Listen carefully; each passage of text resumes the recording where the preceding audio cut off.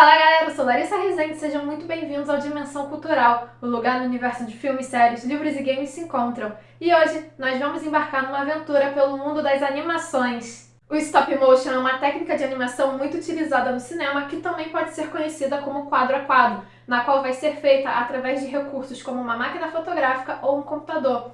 Além disso, o material utilizado para moldar os personagens, moldar o cenário, é justamente ou a madeira ou a massa de modelar. E no cinema, esse material precisa ser extremamente resistente, até porque essas filmagens vão levar meses para serem feitas. Os modelos são movimentados e fotografados quadro a quadro. Geralmente é necessário 24 quadros para criar um segundo do filme, e na maioria das vezes um filme facilmente pode precisar de mais de 600 fotos. Após a produção de todas essas fotos, elas vão ser montadas numa película cinematográfica, dando a sensação de movimento.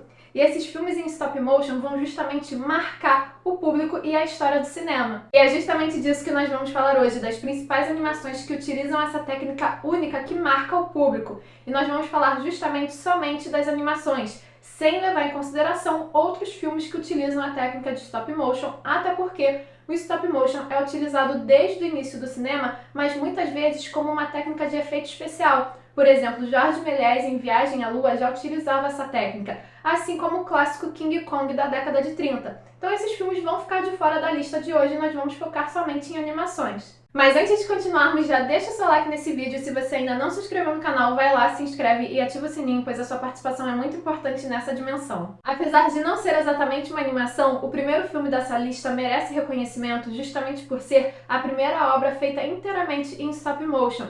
E é justamente Mary e Gretel, de 1916. Esse curtinha vai apresentar justamente duas bonecas, Mary e Gretel, que vão ganhar vida através do feitiço de uma fada, em meio a uma floresta cheia de gnomos. Essa fada vai lhes prometer uma vida longa, desde que elas não cortem certas flores que estão ali na floresta, senão a consequência disso vão ser justamente as suas cabeças. Isso merece muito reconhecimento justamente porque essa técnica de stop motion, desde o início, ela já vai ser feita com muito cuidado, né? É um curta logo do início do primeiro cinema e já parece assim, já tem uma evolução técnica muito bem feita. E por isso que esse filme merece tanto reconhecimento, merece ser lembrado em meio a essa grandiosa lista que nós temos aqui de animações com essa técnica. Mas agora falando de fato de animações, a primeira grande animação stop motion da nossa lista é justamente A Festa do Monstro Maluco, de 1967, na qual vai apresentar os monstros clássicos da literatura em uma corrida, em uma competição,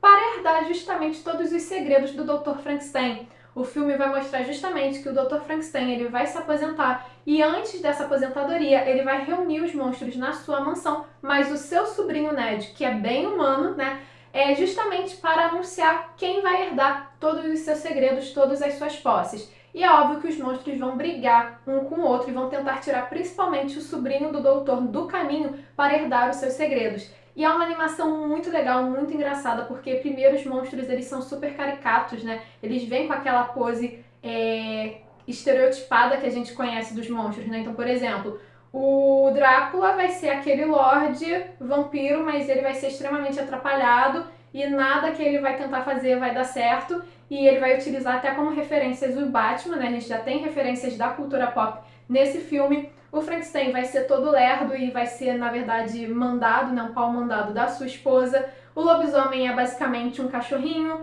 A múmia não sabe muito bem o que está fazendo ali. Então acaba sendo muito legal, principalmente todas as mensagens, todas as referências que tem no filme, né? Até porque o doutor Boris Frankenstein é justamente dublado, né? Tem a dublagem original feita por Boris Karloff, que era um dos grandes atores dos clássicos de terror da Universal. Mas é claro que quando falamos de stop motion, não podemos deixar de fora justamente Tim Burton. O diretor possui um histórico na sua carreira muito marcado por essa técnica, principalmente em relação aos seus filmes de animação, na qual vai ser lembrado até hoje por diversos fãs. Entre as principais animações que o diretor fez, nós temos justamente O Estranho Mundo de Jack, A Noiva Cadáver e Frank Winnie. Mas você sabia que O Estranho Mundo de Jack não é exatamente do Tim Burton?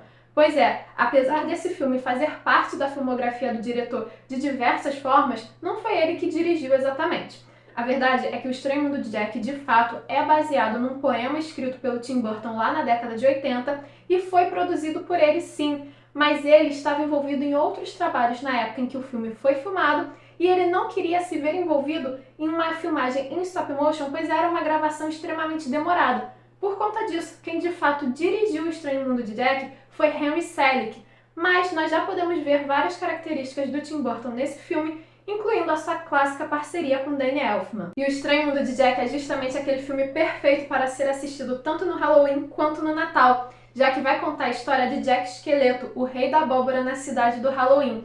Só que ele tá cansado de todo ano ser a mesma coisa, ser o mesmo Halloween e de assustar as pessoas. E em meio às suas andanças, ele vai acabar descobrindo a cidade do Natal e vai ficar simplesmente encantado.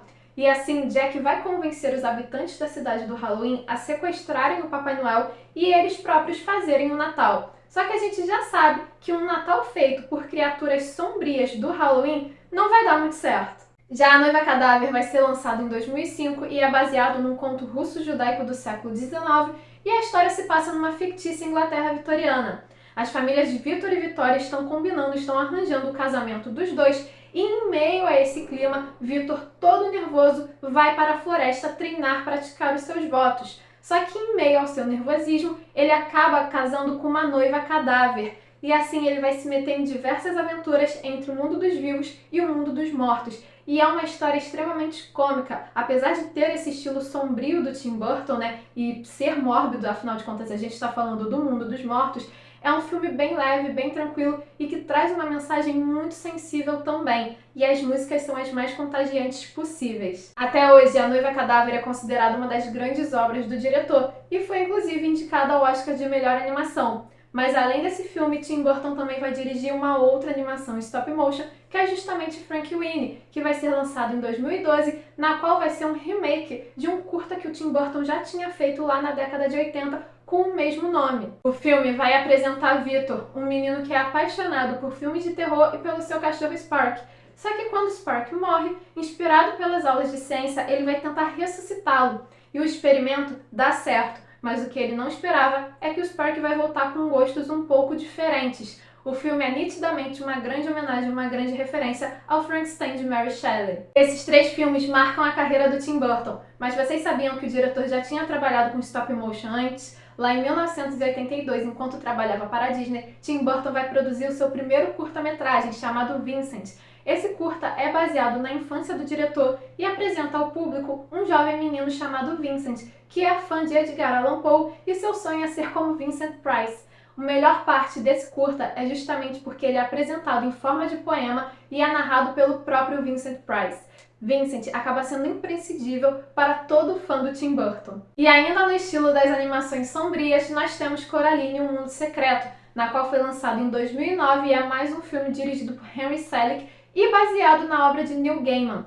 Nesse filme, Coraline vai explorar a sua nova casa e ela encontra uma porta que a leva a um mundo paralelo, onde tudo é melhor. Seus pais são melhores, seus pais lhe dão muito mais atenção, ela pode comer doce, tudo parece mais feliz e ela vai adorar viajar para ali o tempo todo. Só que ela vai ver que as coisas vão ficar bem estranhas justamente pelo fato de que esses seus outros pais, que tem botões no lugar dos olhos, vão querer mantê-la nesse mundo para sempre. O filme foi indicado ao Oscar de melhor animação e é considerado o primeiro filme em stop motion a ser feito no formato em 3D. Além disso, levou mais de 4 anos para ser produzido e teve a participação de 500 pessoas. Só 70 delas eram produtores de boneco. Precisaram de mais ou menos 10 pessoas para produzir uma única Coraline, que levou de 3 a 4 meses para ser feitas. E somente a produção do filme, a ideia de fotografar quadro a quadro desses bonecos, levou mais ou menos 18 meses. Agora, falando de uma animação com tons um pouco mais alegres, nós temos o clássico da DreamWorks, A Fuga das Galinhas, que foi lançado em 2000 e vai apresentar um grupo de galinhas em um galinheiro inglês dos anos 50. Elas vivem ali pacatamente colocando os seus ovos, mas sonham em ser livres, principalmente a Ginger, que vai armar uma série de planos para fugir dali.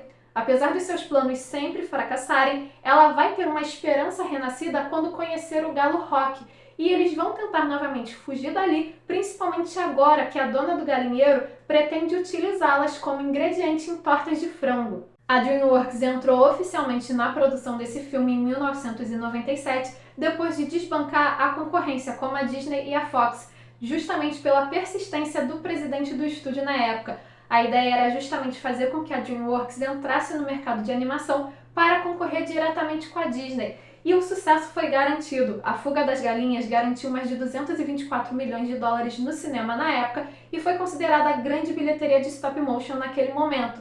Além disso, atualmente nós temos uma sequência sendo produzida. Um outro filme de animação em stop motion muito marcante foi justamente Kubo e as Cordas Mágicas, na qual foi lançado em 2016 e dirigido por Travis Knight. Vai narrar a história do jovem Kubo que acidentalmente vai libertar um espírito maligno que está atrás de vingança e em meio a essa corrida, em meio a essa jornada, ele precisa descobrir os segredos sobre o seu falecido pai, além de tentar desvendar e controlar os seus próprios poderes. O filme é simplesmente encantador e belíssimo e faz justamente com que o público mergulhe na cultura japonesa, já que a história vai ser inspirada em várias lendas do país. Além disso, o diretor já tinha falado que esse filme é uma homenagem a grandes diretores japoneses, como por exemplo Akira Kurosawa. Além disso, garantir toda a beleza do filme não foi fácil. Foi necessário mais de 145 mil fotos para produzir essa obra. E o resultado valeu a pena, já que Kubo e as Cordas Mágicas foi indicado ao Oscar de melhor animação. E um outro filme que vai emocionar e conquistar o coração do público é justamente o Pinóquio, dirigido pelo Guillermo del Toro. O filme foi lançado em 2022 e vai nos apresentar um Gepeto extremamente amargo depois de perder o seu filho de verdade. E é muito legal porque a história vai se passar na Itália dos anos 30, que é dominada por um governo fascista. Então, o cenário conta, ele não está ali só de enfeite. Vai ser muito importante para o desenvolvimento da história. E em meio a esse Gepeto rancoroso, triste, desesperado, ele vai criar um boneco chamado Pinóquio. Após Pinóquio ganhar vida, ele vai tentar ensinar o Pinóquio a ser um bom menino. E é muito legal porque o Pinóquio ele não vai ter só a ideia de ter atitudes boas ou não, mas ele vai ter também a consciência do que é a vida e a morte, o que faz com que o filme seja ainda mais emocionante. Del Toro já planejava fazer esse filme desde 2008 e ele disse que seria o filme da sua vida, pois de acordo com ele, nenhuma forma de arte o marcou tanto quanto a animação e nenhum personagem teve uma conexão tão profunda com ele quanto o Pinóquio. Por isso, ele disse que queria fazer esse filme desde sempre. Mas é claro que não é só de filmes internacionais que vive o stop motion. Nós também temos algumas obras nacionais sendo produzidas com essa técnica, e uma mais recente chama a atenção, que é Bob Cuspe Nós Não Gostamos de Ninguém. Lançado em 2021, o filme vai apresentar a história de um dos principais personagens do cartunista paulista Angeli, Bob Cuspe, na qual foi ícone dos anos 80. Agora o personagem está mais velho e vive em um mundo pós-apocalíptico na qual tem hordas e hordas de mini Elton Johns que representam a música pop e devoram todos os seres que ali vivem. E em meio a esse cenário, ele vai buscar justamente o seu criador, Angeli, que está passando por uma crise criativa. E o que é muito legal é que esse cenário pós-apocalíptico, que seria também um purgatório, se passa dentro da cabeça do próprio Angeli. E em meio a essa jornada, personagem e criador vão descobrir novas inspirações, vão descobrir uma nova forma de se viver, de olhar para a vida. Esse filme vai misturar o estilo de road movie com comédia e documentário. E esses são só alguns dos principais filmes produzidos em stop motion, na qual há uma técnica que pode parecer simples, mas é bem complexa e trabalhosa, e até mesmo equipamentos específicos são necessários para captar todos os detalhes do cenário e dos personagens. Ao mesmo tempo que é uma técnica complexa, também é uma técnica, digamos, um pouco mais fácil de ser reproduzida em casa, já que você pode tentar fazer filmes com essa técnica, com essa natureza, utilizando bonecos, qualquer coisa assim, qualquer tipo de peça que você tem em casa. E é por isso que esse tipo de filme acaba atraindo principalmente o público infantil. Mas e vocês, já conheciam a técnica de stop motion? Já conheciam esses filmes? Tem algum filme dessa lista que vocês não assistiram ainda? Deixe a opinião de vocês aqui nos comentários e não se esqueça de curtir esse vídeo e de se inscrever no canal para continuar acompanhando as nossas aventuras. Nos vemos na próxima!